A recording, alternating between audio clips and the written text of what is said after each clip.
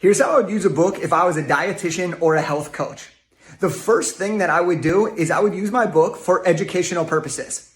A lot of times when people are making decisions, they need to be educated on both what they know, but also on the things that they don't know.